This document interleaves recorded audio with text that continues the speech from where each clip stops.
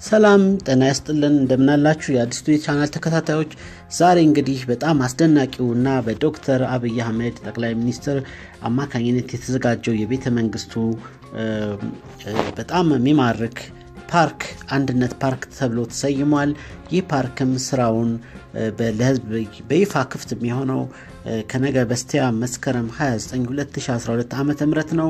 ይህንን ማስመልክቶ እንዴት እንደሚጎበኝ የመግቢያው ክፍያ ምን ያህል እንደሆነ በምን መልኩ ወረፋ መያዝ እንደሚቻል የሚያሳይ ቪዲዮ ከጠቅላይ ሚኒስትር ቢሮ ተለቋል። ይሄን ቪዲዮ ጋብዛችኋለሁ እንድታዩት ይሁን። በዚህም በጣም እንደምትደሰቱ ተስፋ አደርጋለሁ። ደግሞም ሄዳችሁ ቤተ መንግስቱን እንግዲህ ለማየት ለመጎብኘት በምን መልኩ በየትኛው ስልክ ቁጥር ምዝገባ እንደሚደረግም ተገልጿል። ይሄን ሁሉ እዚህ ቪዲዮ ላይ ታገኛላችሁ። መልካም ቆይታ።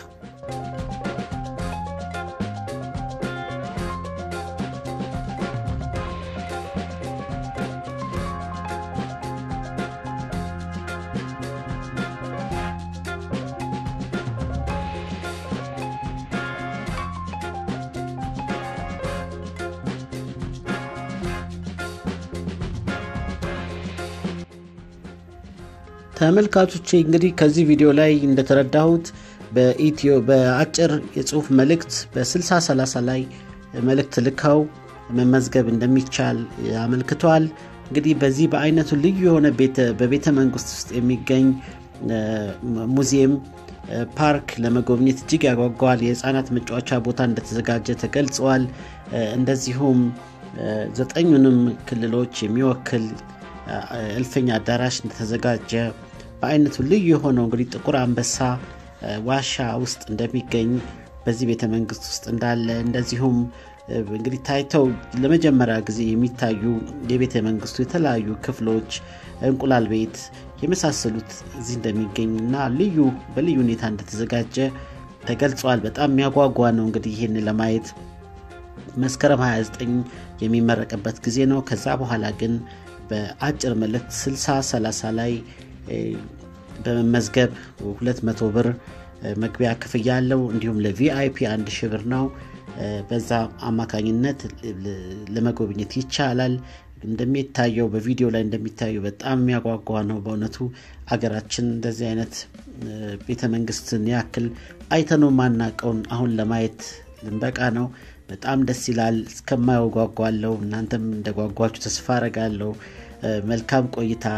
ይህን ቪዲዮ እዩት። ከጠቅላይ ሚኒስትር ቢሮ የተለቀቀ ቪዲዮ ነው።